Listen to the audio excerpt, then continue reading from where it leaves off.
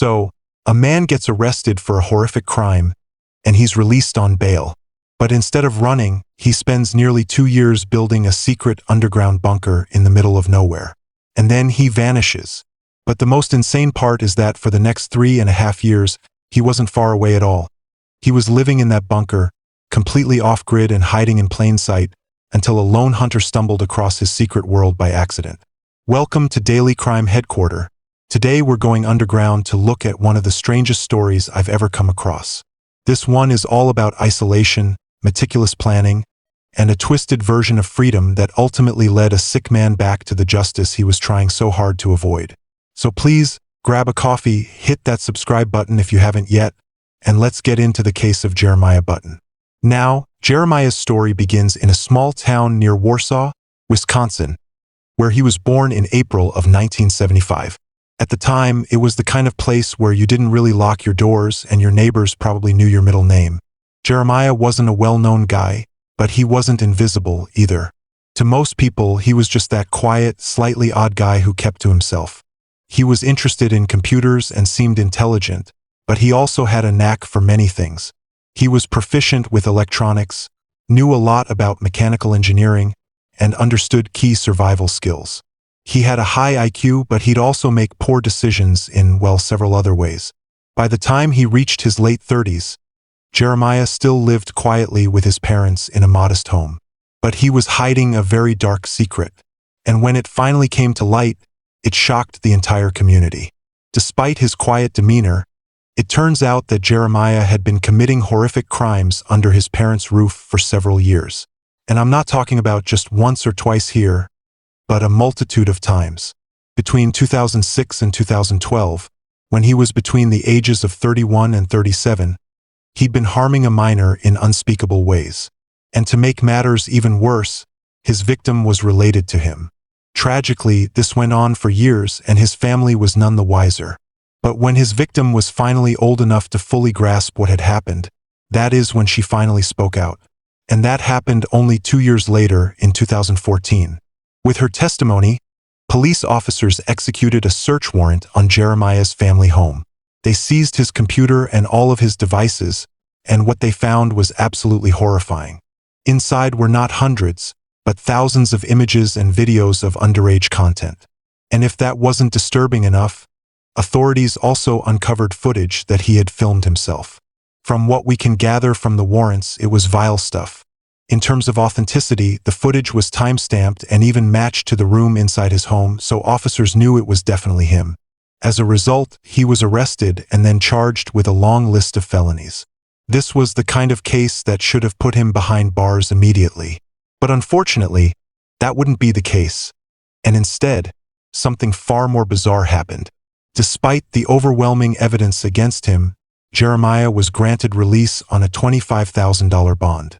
As a result, he was forced to surrender his passport and was banned from using the internet. He was also restricted from leaving the area. As far as I could tell, though, he could actually go all around the state without any supervision. So essentially, he was free. And this is where it begins to become quite strange. On the surface, Jeremiah appeared compliant. He showed up to all of his pretrial hearings, met with his lawyer, and gave no indication of fleeing, at least not yet.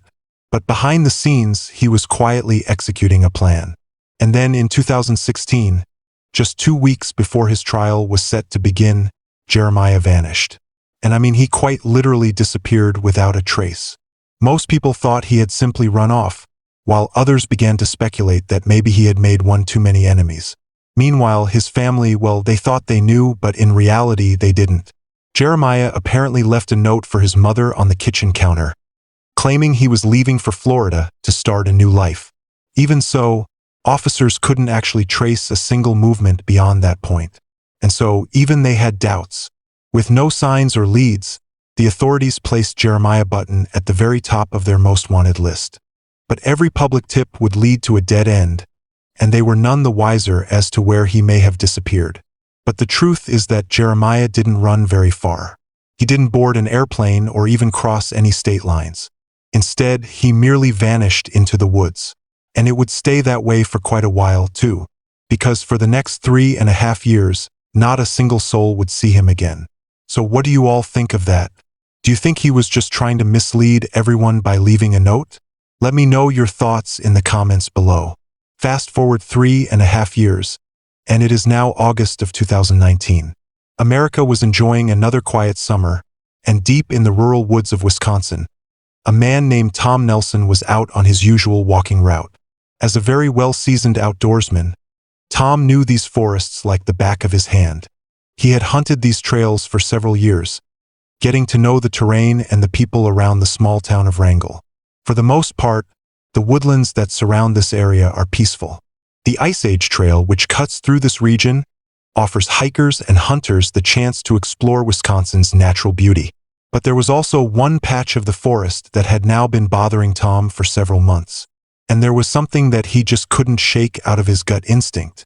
You see, a few months prior, back in November of 2018, Tom had spotted something odd. It was a bitterly cold day, and with this being Wisconsin, there was snow everywhere. As you can imagine, snow doesn't let much slip by unnoticed. You take a step and there's a footprint, and you brush past a branch and there's disturbed foliage. And for someone like Tom, who was a seasoned hunter, those clues were as clear as trail markers. So when he noticed unusual tracks, that being snow that had been deliberately brushed away by pine branches, Tom knew that someone was trying to cover up their path. And of course, that led him to the next question: why? Curious about the markings, Tom followed the trail. And that is when he found something that he never expected. A hidden door that seemed to be built right into the hillside. At first, Tom wasn't quite sure what to make of it. But then he noticed a makeshift septic system nearby. And let's just say that by his eyesight and his nose, he could tell it had definitely been used. Both uneasy and unsure of what he had just stumbled upon, Tom then left the area and tried to put it out of his mind. And he did even call the police to report it. But without any clear directions, they couldn't find the spot he was talking about. And so, with no answers and that mystery still gnawing away at him, Tom decided to return only a few months later, determined to uncover who exactly was hiding in those woods. The entrance was basically invisible because you could be standing 20 feet away from it and never know it was there. But eventually, Tom spotted it once again. And this time, he was ready. As he approached the doorway, his hands trembled with a mix of fear and excitement. He didn't know whether he was about to step into some random abandoned shelter or actually someone's home. And what if they had a gun? Very slowly, he pushed the door open. And as the dust began to settle, he could finally see inside. And that's when he saw it all. There was canned food, cardboard boxes, stray wires, and a single light bulb hanging from the ceiling, still swaying gently in the air. But there was more, too. And this is where the story becomes almost surreal, because what Tom had just stepped into wasn't merely some abandoned hideout or a harmless camping site in the woods. Instead, he had unknowingly entered the secret underground bunker of Jeremiah Button. Despite the note he had left behind for his mother, claiming that he had run off to Florida, Jeremiah hadn't actually fled the state at all. He wasn't homeless, and he certainly hadn't been murdered. Instead, he had built a life for himself right here in the middle of these woods. Looking at aerial shots from above, the bunker was literally invisible, perfectly camouflaged beneath a tangle of branches, leaves, and undergrowth. In fact, he had even encouraged heavy undergrowth in the area around his bunker to make it basically inaccessible, which meant that to anyone walking past it, the bunker looked like just another subtle rise in the forest floor. But underneath the leaves and dirt was an entirely different world. The entrance was hidden beneath a sheet of plywood and covered in forest debris. Found below was a hand-dug tunnel which was around 4 feet deep. A tunnel which led into a concealed chamber only big enough to lie down and move around in. Above ground, a solar panel had been mounted high enough to catch the light above the tree line, which then provided power to a series of basic electronics. Several homemade battery banks which were found inside were used to store that energy.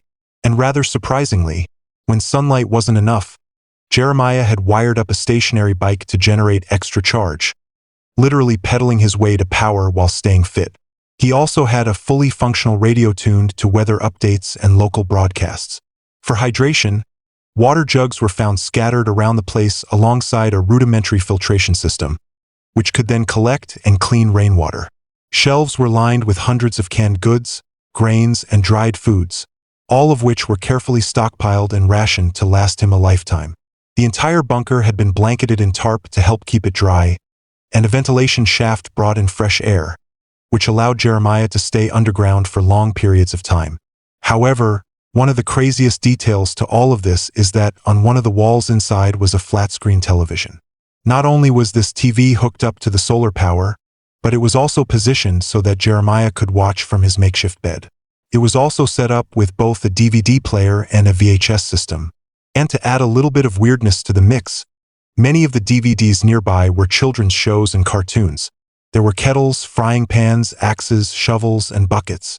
Whatever you can think of, Jeremiah had it. From camouflage netting to hand-packed insulation, he thought of literally everything to help keep him comfortable. I mean, the man had even let his appearance change after all these years, growing out both his hair and his beard to help blend into the wilderness. And like I said, the bunker was so well hidden that nobody would see it. Of course, apart from Tom Nelson.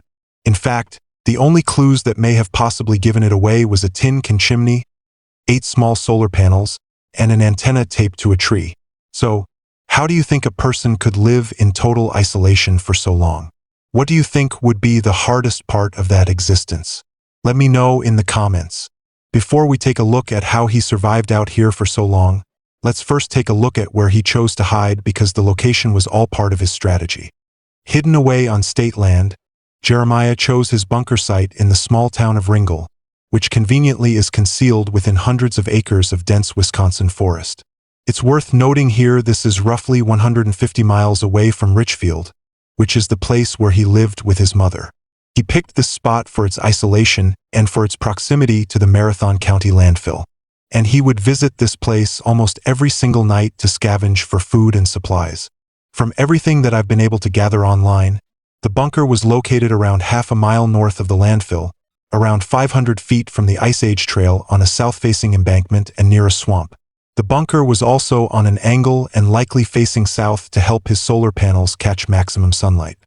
If things ever got very desperate for Jeremiah, or if perhaps maybe he was just craving a Hershey's bar, there was also a Dollar General store not too far away. After choosing this location, he then quietly began to carve out his new home, digging roughly 12 to 15 feet into the embankment. During many trips between Richfield and Ringgold, he stockpiled canned foods and supplies and bought in bulk to transport them little by little.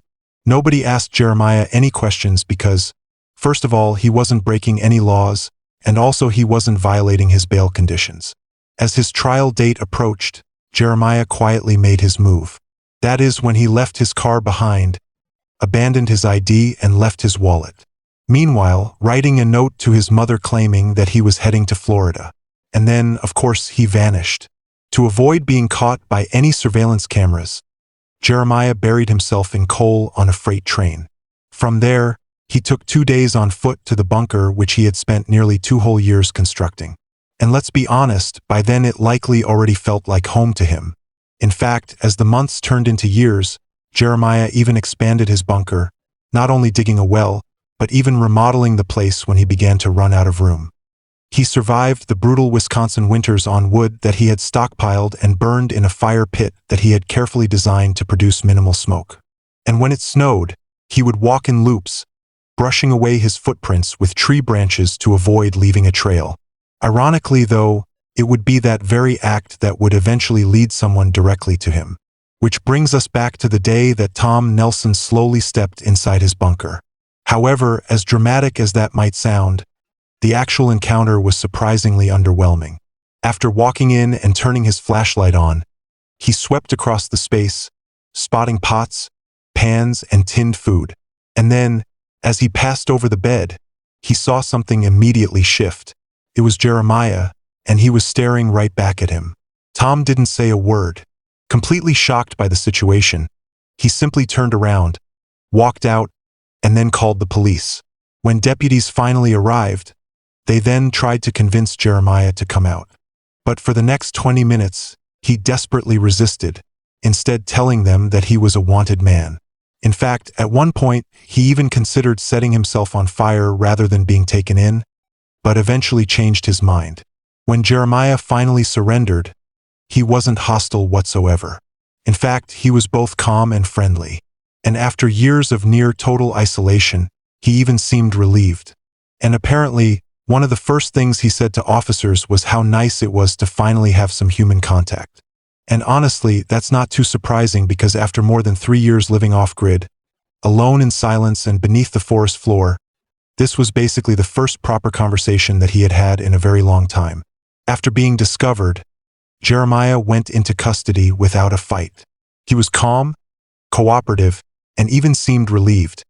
Tom Nelson described what he found back on August 9th. And then I come around the corner a little bit and there he is laying in his bed. I mean, I was shaking when I went in. I was shaking when I went out. Button vanished in 2016, just weeks before he was set to stand trial on child sex charges. He was then held on a $100,000 bond, which honestly I kind of find to be a strange decision because, well, I mean, it's kind of obvious. If Jeremiah had already managed to disappear into the woods after being released on bond once, then apart from the money, what was really going to stop him from doing it again? During his interviews, Jeremiah admitted that he hadn't told a single soul about the bunker. Not friends, not family, literally no one. In fact, he even claimed that he had zero contact with any of his loved ones ever since the day he vanished. Basically, he lived in total isolation, barring the occasional exchange in words with nearby hikers who sometimes passed by. It was by his own admission an incredibly lonely existence. Back at the bunker, which by now had become the scene of a full-blown investigation, police officers executed a search warrant, before then seizing several hard drives and many electronic devices. At first, there were several concerns that the previously recovered evidence may no longer be admissible after so much time had passed. However, the prosecution was quick to clarify that that would not be the case. They highlighted that the evidence collected in 2014, back when the initial charges were filed, were all still intact, and that the video footage of the abuse conducted by Jeremiah had been preserved. In 2020, Jeremiah Button pleaded no contest to multiple felony counts, including child enticement and possession of child pornography. As part of a plea deal, several other charges were dropped, but the weight of his crimes was still more than heavy enough. And so, as a result, he was sentenced to 34 years in prison, meaning that by the time he gets out of prison, he will be 74 years old. The friends and family of his victim were all relieved to hear his sentence, with Jeremiah even addressing the courtroom with his own apology. "I have no excuse for what I've done, nor can I explain it. I know at the time I came up with justifications for it, but the bottom line is I was sick and out of my mind." To add to this, Jeremiah also said that he decided to live in the woods as it was his own personal way of punishing himself for his crimes. However, if you ask me, I think he was just terrified of what inmates would do to people with crimes like his. To this day, Jeremiah Button remains behind bars in a Wisconsin State Correctional Facility, with his underground bunker now nothing more than a strange and unsettling footnote in the story of a man who tried to run from justice, but couldn't hide forever. In August of 2021, the state's Department of Natural Resources officially dismantled his bunker. It took several days and a full crew of people to help clear it out because, as you've seen, there was a lot of stuff crammed inside. Eventually, the entire structure was filled in, including the massive homemade septic system, which, yes, was still full of human poop. Today, all that remains is a patch of uneven ground with no entrance, no signs, and no clues. It's just a quiet clearing in the woods where a very strange chapter has now finally come to an end. And that is the bizarre story of Jeremiah Button. You know, it is actually a shame that this guy is such a vile scumbag, because if his crimes had been different for, I don't know, fraud or unpaid taxes, then many people would actually see this man as an off-grid hero.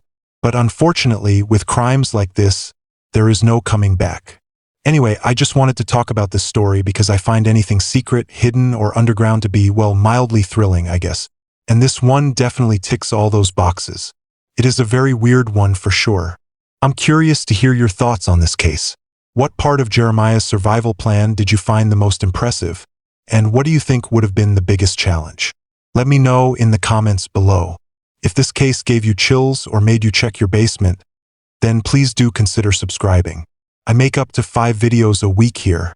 Anyway, I'll see you again very soon. Until then, remember to look after yourselves, look after each other, and of course, stay curious. Thank you and goodbye.